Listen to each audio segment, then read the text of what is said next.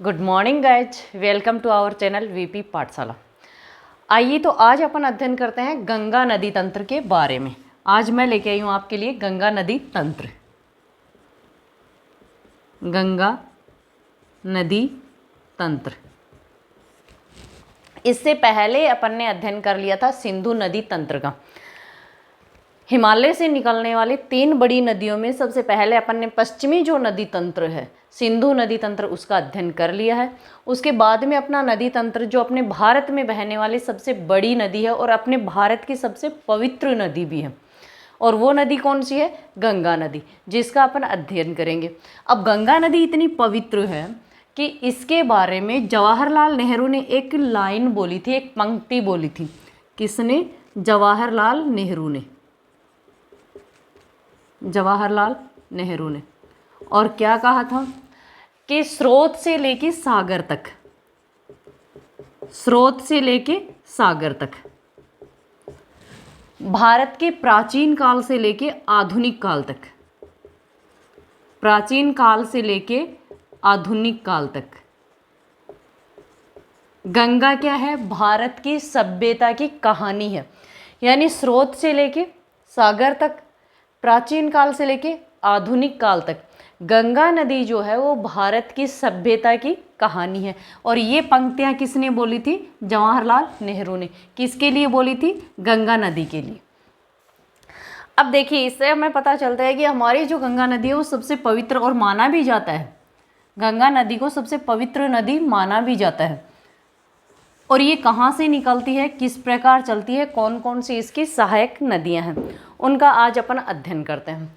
अब सबसे पहले अपन अध्ययन करते हैं कि गंगा नदी जो है वो कितनी बड़ी है, कितनी लंबी है। तो गंगा नदी तंत्र है वो 2501 किलोमीटर लंबी है। अब इसका जल भराव क्षेत्र यानी इसका क्षेत्र कितना है, और इसका क्षेत्र देख लीजिए 8,61,404 वर्ग किलोमीटर। 8,61,404 वर्ग किलोमीटर इसका क्या है? क्षेत्रफल यानी जलभराव क्षेत्र है। और ये कौन कौन से देशों के? 2 देशों को अपवाहित करती है, अपने भारत में बहती है, फिर 2 भागों में यहाँ बांग्लादेश में प्रवेश करती है। अब देखिए, यहाँ से भी एक कुछ नदियों से मिलकर फिर बनी हुई है। गोमुख अपन देखते हैं ना कई बार कि गंगा नदी कहाँ से निकलती है? गोमुख हिमनद से निकलती है। तो ये यहाँ स्थित है गोमुख हिमनद, और यहाँ से एक नदी निकल के आती है, इसको यहाँ क्या बोलते हैं? भागीरथी। यहाँ बोलते हैं भागीरथी, भागीरथी नदी बोलते हैं। अब यहाँ पर एक और ग्लेशियर स्थित है। ये ग्लेशियर कहाँ? उत्तराखंड में ही स्थित है। इसको बोलते हैं खतलिंग ग्लेशियर। इस ग्लेशियर को क्या बोलते हैं? खतलिंग, खतलिंग ग्लेशियर बोलते हैं। यहाँ से एक नदी निकल के आती है, ये दोनों यहाँ मिलती है, और यहाँ पर एक बांध स्थित है। कौन सा बांध? टिहरी बांध।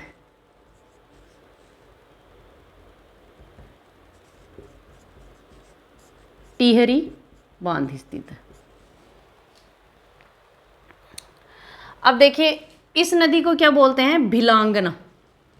इस नदी को जो दूसरी खतलिंग से निकलती है इसको बोलते हैं भिलांगना।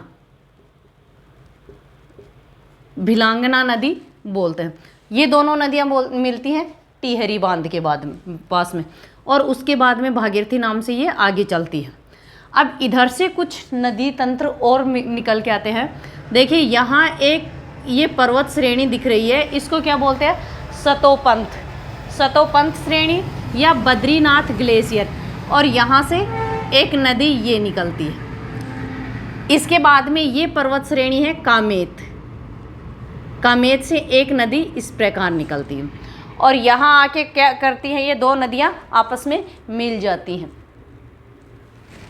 अब इन नदियों को, इसको सतोपंथ से जो निकलती है इसको बोलते हैं विष्णु गंगा। इस नदी को बोलते हैं विष्णु गंगा। और ये जो कामेत पर्वत श्रेणी से निकलती है इसको बोलते हैं धौली गंगा। इसको बोलते हैं धौली गंगा। सतोपंथ यानी बद्रीनाथ ग्लेशियर से निकलती है उसे बोलते हैं विष्णु गंगा। कामेत श्रेणी से निकलती है धौली गंगा। ये दोनों नदियाँ जहाँ मिलती हैं, यहाँ आके ये दोनों नदियाँ मिल जाती है और इस क्षेत्र को क्या बोलते हैं? विष्णु प्रयाग। इस क्षेत्र को बोलते हैं विष्णु प्रयाग, विष्णु प्रयाग। इसके बाद में ये देखो यहाँ से एक नदी और निकलती है और ये कौन सी पर्वत श्रेणी है? नंद पर्वत श्रेणी, नंदा पर्वत श्रेणी। ये नंदा पर्वत है तो उत्तराखंड में ही है ये सब। ये है नंदा पर्वत श्रेणी। यहाँ से जो नदी निकलती है इसको बोलते हैं नंद नदी। ये नदी आगे चल रही है, इस नदी को बोलते हैं नंद नदी। और ये नदी आके यहाँ विष्णु गंगा और धौली गंगा जो नदियाँ बह के आ रही हैं इनमें मिल जाती है। और कहाँ पर मिलती है? नंद प्रयाग में। ये विष्णु प्रयाग में दोनों मिल रही हैं। इसके बाद में ये कहाँ मिल रही है? नंद प्रयाग में। ये स्थान कहलाता है नंद प्रयाग। अब उसके बाद में यहाँ से एक पर्वत श्रेणी है और एक नदी और पिंडार। ये पर्वत श्रेणी कौन सी है? पिंडारी, पिंडारी पर्वत श्रेणी है। यहाँ से एक नदी निकलती है जिसको क्या बोलते हैं? पिंडार नदी। इसको बोलते हैं पिंडार नदी। और पिंडार नदी आके यहाँ पर मिलती है तो इसको क्या बोलते हैं? रुद्रप्रयाग, सॉरी कर्णप्रयाग। इसको क्या बोलते हैं? कर्णप्रयाग। देखिए रुद्रप्रयाग के बाद कर्णप्रयाग के बाद में एक नदी आती है जो रुद्रप्रयाग के पास में मिलती है। अब ये नदी यहाँ पर एक पर्वत श्रेणी स्थित है जिसको क्या बोलते हैं? केदारनाथ। इसे अपन बोलते हैं केदारनाथ। और केदारनाथ से एक नदी और निकलती है जो रुद्रप्रयाग के पास में मिलती है। इस नदी को बोलते हैं मंदाकिनी। मंदाकिनी नदी आती है जो अंत में मिलती है रुद्रप्रयाग के पास में। अब इधर से ये नदी आ रही है और यहाँ से भागीरथी नदी आ रही है और ये नदियाँ जब जहाँ मिलती है उस स्थान का क्या नाम है? देवप्रयाग। उस स्थान का नाम है देवप्रयाग। अब देखिए हम याद कैसे रखें? तो याद रखने के लिए सबसे पहले विष्णु गंगा और धौली गंगा का निर्माण होता है। सतोपंथ हिमालय यानी बद्रीनाथ ग्लेशियर से निकलती है विष्णु गंगा, कामेत ग्लेशियर से निकलती है धौली गंगा। ये दोनों नदियाँ जहाँ मिलती हैं तो 5 प्रयाग बनते हैं। सबसे पहले विष्णु भगवान ने जन्म लिया, अवतार लिया, तो विष्णु भगवान विष्णु प्रयाग हो गया। उसके बाद में विष्णु भगवान के बाद में किसका अवतार? विष्णु भगवान ने किसका अवतार लिया? नंद का, यानी नंदलाल के रूप में।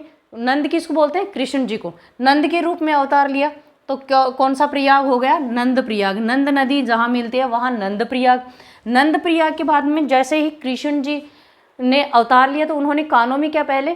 कुंडल पहने। तो कहाँ पहने? कानों में। तो क्या हो जाएगा? यहाँ कानों को अपन बोलते हैं कर्ण भी बोलते हैं, तो कर्ण प्रयाग हो गया। कानों के बाद में कृष्ण भगवान ने देखना गले में क्या पहना? रुद्र, यानी रुद्र की माला पहनी, तो यहाँ आ जाएगा रुद्रप्रयाग। अब ये सब पहनने के बाद में वो क्या बन गए? देवता बन गए, तो अंत में आ जाएगा देवप्रयाग। इसके बाद में देखिए गंगा नदी निकलती है और अब ये क्या करती है? मैदानी भाग में प्रवेश करती है। अब मैदानी भाग में कहाँ प्रवेश करती है? यहाँ पर प्रवेश करती है, इसको बोलते हैं हरिद्वार। हरिद्वार के हरिद्वार के पास में गंगा नदी क्या करती है? मैदानी भाग में प्रवेश करती है। मैदानी भाग में प्रवेश करती है और इसके बाद में आगे चलती है। यहाँ से यूपी स्टार्ट हो जाता है और यूपी के बाद में थोड़ा आगे चलने पर एक नदी यहाँ से निकल के आती है और इसी नदी के किनारे एक उद्यान स्थित है जो कौन सा सबसे प्रसिद्ध उद्यान है? कौन सा उद्यान है? Jim Corbett. जिम कार्बेट उद्यान। अब ये नदी कौन सी है? रामगंगा। रामगंगा नाम से एक नदी आती है जो यहाँ आके कन्नौज के पास में, यूपी में कन्नौज के पास में, कहाँ किस में मिल जाती है? गंगा नदी में। ये स्थान हो जाएगा कन्नौज। कन्नौज में क्या करती है? गंगा नदी से मिल जाती है। और अब देखिए अपन देखते हैं कि उत्तर से कुछ नदियाँ आती हैं, वो कौन कौन सी नदियाँ आती हैं। अब आगे चलती है गंगा नदी इस प्रकार चलते हुए यहाँ आके इसकी क्या हो जाती है? 2 शाखाएं हो जाती है, 2 शाखाओं में विभक्त हो जाती है। एक यहाँ बांग्लादेश और भारत के साथ में सीमा बनाते हुए इस प्रकार कोलकाता तक आती है और एक नदी की धारा है ये इस प्रकार बांग्लादेश में प्रवेश कर जाती है। अब जो बांग्लादेश में प्रवेश करती है उसको बोलते हैं हम पद्मा। उस नदी का नाम क्या हो जाता है? पद्मा। और ये यहाँ पास पास में चलती है ना, इनकी सीमा बनाते हुए, इसको बोलते हैं हुगली नदी। इसको बोलते हैं हुगली नदी। और यहाँ आके कोलकाता के पास में ये क्या करती है? सुंदरवन डेल्टा में प्रवेश करती है। और ये दोनों नदियाँ क्या करती हैं? फिर डेल्टा का निर्माण करती है। और जो सबसे प्रसिद्ध डेल्टा है सुंदरवन डेल्टा, वो कहाँ निर्मित है? गंगा नदी और इधर से एक नदी अपन बाद में पढ़ेंगे जो आएगी ब्रह्मपुत्र नदी, इनके द्वारा बनाया गया है। अब कुछ नदियाँ इनके ऊपर उत्तर से की तरफ से आती हैं और कुछ नदियाँ यहाँ से भी आती हैं। यहाँ से सबसे बड़ी नदी एक यहाँ निकल के आती है यमुनोत्री हिमनद से, और वो नदी कौन सी है? यमुना नदी। ये नदी कौन सी है? यमुना नदी। जो चंबल नदी है, सबसे बड़ी नदी जो अपने राजस्थान की भी है चंबल नदी, उनका भी पानी लेते हुए आती है। ये यमुना नदी है, ये सबसे बड़ी सहायक नदी है। ये कहाँ पर मिलती है? इससे प्रयागराज के पास में। प्रयागराज के पास में किससे मिल जाती है? गंगा नदी से। उसके बाद में यहाँ से यूपी में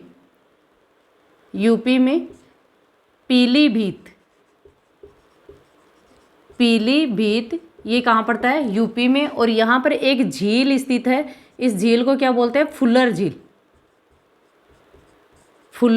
झील। यहाँ से एक नदी निकलती है, इसको क्या बोलते हैं? गोमती। कौन सी नदी निकलती है? गोमती नदी। और ये गोमती नदी निकलकर यहाँ मिलती है गंगा नदी से। और ये कौन सा स्थान है? गाजीपुर के बाद में देखिए यहाँ से एक नदी निकलती है घाघरा नदी। इनको रफ कर देती हूँ, आप उतार लीजिएगा।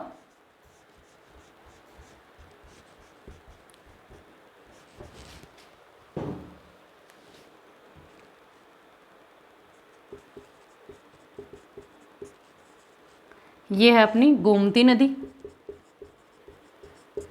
अब एक नदी आती है, ये कौन सी है? काली। और ये है करनाली, नेपाल में निकलती है, इसको बोलते हैं करनाली। और इस नदी को बोलते हैं काली नदी। काली नदी है ये यहाँ पर क्या कहलाती है? सरयू नदी कहलाती है।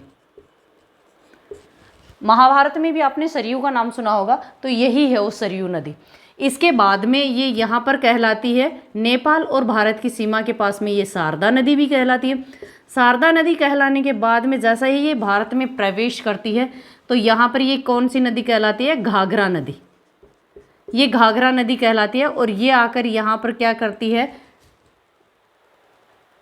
गंगा नदी में मिल जाती है। इधर से एक नदी आती है सोन नदी, और ये नदी इसकी घाघरा नदी के बाद में क्या करती है? गंगा नदी से मिल जाती है।